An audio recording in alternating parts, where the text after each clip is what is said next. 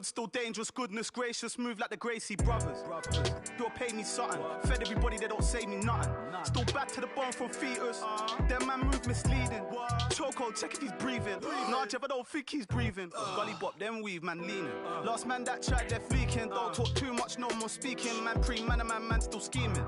No threats to protect man cleaners, creep them, beat it, catch man sleeping. So the beef and things not needed, but I had big man turn Jesus. Soon I'm about to rise. See me better not look twice. Diamonds make you blind. Living my life. Soon I'm about to rise. See me better not look twice. Coming up next, a UFC Flyweight division matchup.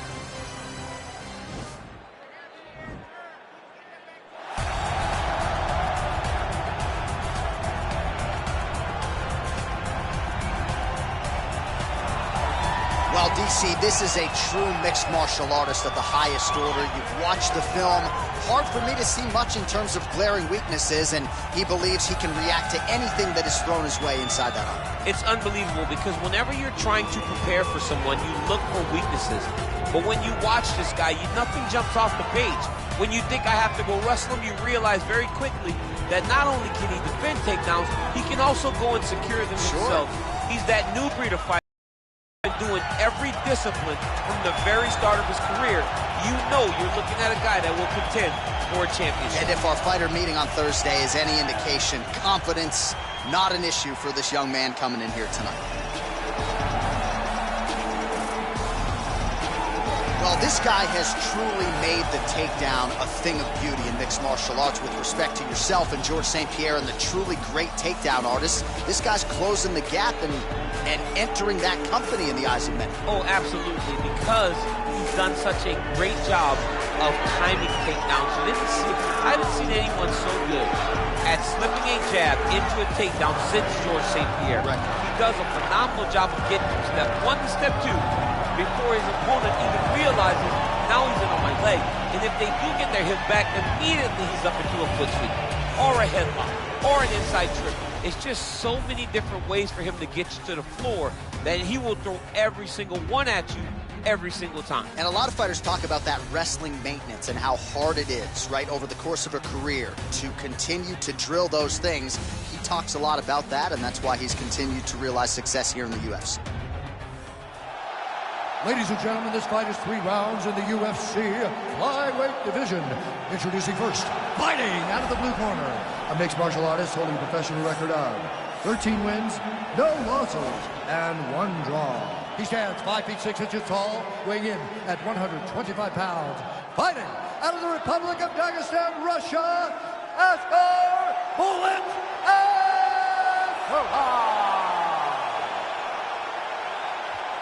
And now introducing his opponent, fighting out of the red corner. This man is a mixed martial artist, holding a professional record of 30 wins, 3 losses, and 1 draw. He stands 5 feet 3 inches tall, weighing in at 125 pounds. Fighting out of Parkland, Washington, USA, Demetrius Mighty Mouse Johnson! And when the action begins, our referee in charge, Yves Levine. The veteran Yves Levine draws the assignment here. You ready?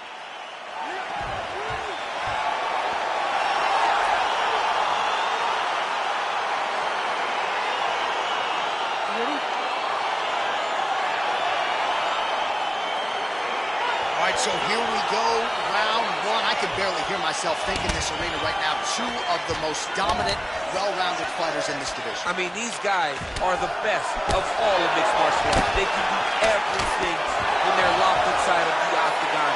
I'm so excited to watch the highest level of MMA on display tonight.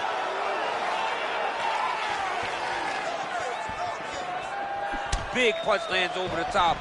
How's he gonna follow this one up? Look at him chopping the wood. Chop the wood with those legs.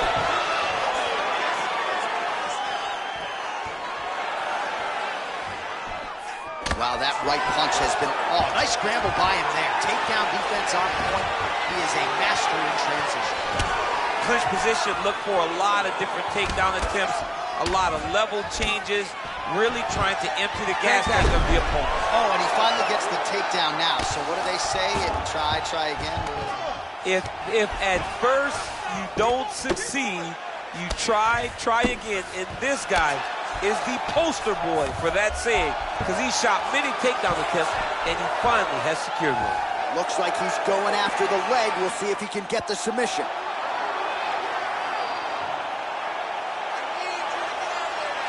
Oh, nice.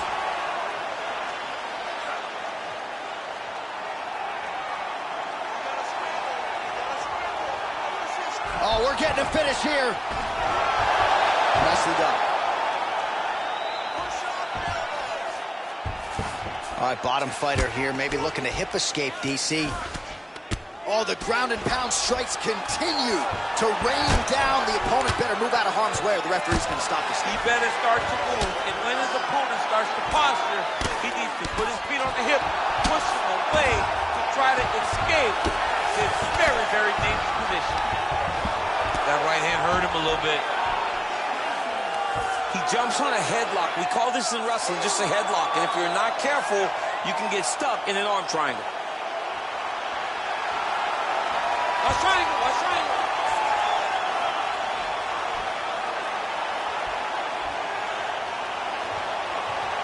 He needs to push the arm to the side, get his head against the... Oh, man, that was slick. Well, anytime you are in a ground fighting situation with this fighter, you're potentially playing with fire. All right, he's trying to control posture here. Now trying to hip escape. He's just trying to move out of this position off the bottom.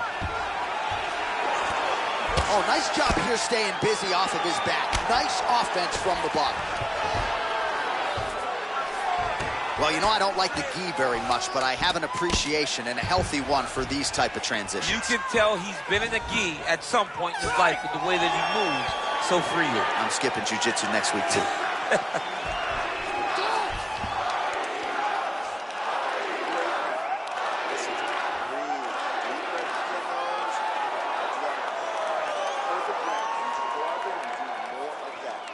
All right, that's the end of the round as we show you some of the highlights over those 5 minutes. Really a clinic when it comes to the ground and pound. Yeah, man, this is what you're taught.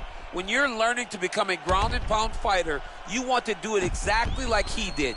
Gain posture, have height, control hands and wrists, land strikes, don't throw too many, throw just enough control. He did it perfect. All right, DC, here we go with our next round. And how about the ground and pound skills in the previous round? His opponent better make some adjustments or Mom's not going to recognize him. You're funny. He's got no actions to change this because this guy on top is so good with his pressure.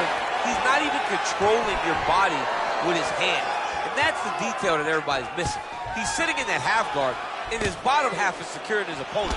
So his top half is moving. It's adjusting. He's posting hands on his face, dropping elbows. When he's able to pull back, he's throwing his punches. There is a real intelligence in his approach to his ground and pound. And it's truly, truly great to watch. It is unbelievable to watch a guy so skilled in such an important area of fighting. He's throwing every part of himself into these big leg kicks. Oh, that kick is goodbye, Johnson. And he landed the right hand there. Changes levels now, DC. Oh, man, he was in a single, got to a high punch, takes him right, slams him on his back. What a takedown. How's that feel to be on the wrong end of that? I knew that was coming. Nice hammer. He's putting him in exactly the positions he needs to be in right now. He's able to relax here. And he understands, being a veteran of so many fights, that as long as he's on top, he's winning. He feels like he's winning here.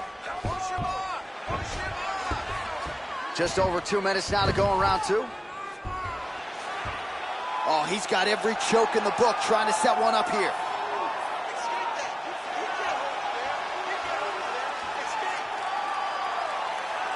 Oh, he's got a choke. Now he's okay. Now he can escape. 90 seconds now remain in the round. All right, well, he's got him softened up here. Close guard. All right, try to pass here. As Glover Teixeira might say, not today. Not today. Great job of following with the hips, keeping those legs locked and keeping them in full guard. All right, so pretty good damage here with the ground and pound. Nothing superficial about these strikes. They are intending to harm. Oh, yeah, he's landing very accurately, and he's landing to get damage on. Good work from the top here by Johnson.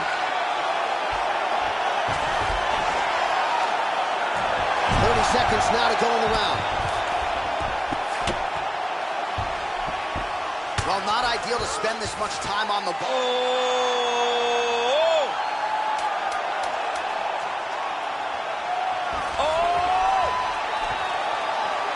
Oh, and there's the horn at the end of the round. How about this fight, folks? You see, he was nearly caught in a submission there right at the end of the round. Saved by the bell. So back to the stool. Mentally probably not in a great place here. We'll see if he can recover and get himself back into this fight. All right, now we check out some of the action from that previous round, DC. How about the display of striking? Just high level. I mean, you would think that we're watching a K1 level kickboxing match opposed to being in the UFC. Both displayed great technical skills, unbelievable striking. All right, next round is underway, and somewhat surprisingly, he got out of that previous round without absorbing anything in terms of significant damage, despite the fact that his opponent was pretty offensive. His opponent was very active, but it seems as though he could see almost everything coming in his direction. He's so well-versed, he's so skilled in his defensive fighting that nothing is breaking his defenses. And they separate.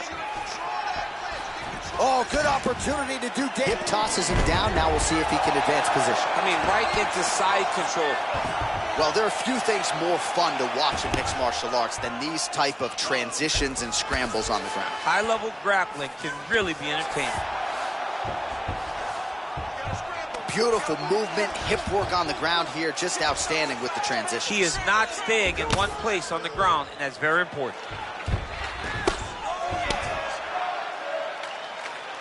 Man, how fun is this to watch as he continues to dole out damage with the ground and pound? Take it back to the days of guys like Mark Coleman, just beating people up in the ground and pound. This guy is a throwback fighter, and he's very fun to watch. Yeah, the Godfather would be proud. A lot of top pressure being applied here. Well, you see all the grappling repetitions here. Just beautiful movement, seamless transitions on the ground. Over and over, these guys are doing things that you see in every jiu-jitsu gym around the country. All right, closed guard now. You got to be careful, though. He's got a lot of submissions off his back. Working off of his back here. Looks like he may try to hip escape. Closed guard. All right, so you got to be careful playing on the ground with this guy. You don't want to mess around for too long. Strong bottom work here, staying busy. Oh, reversal here, DC. What a way to switch the position. Fantastic movement by the bottom fighter. Johnson's got the full mount. Lands the ground and pound strike.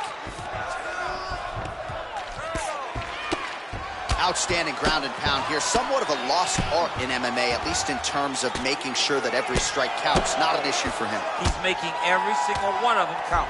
He is not pity-patting. He's not touching. Every punch that lands, he wants you to feel it. All right, so inside the open guard of his opponent, you got to be careful playing around for too long here on the ground with this guy.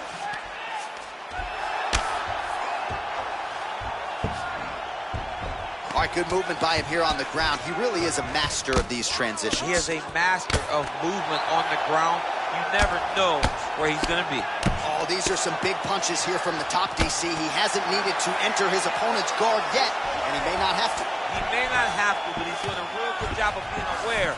Now he's chasing the triangle. And this could be trouble here. Looks like it's pretty tight. He's trying to work his head out of harm's way. It might be over. What else can you say but what a fight?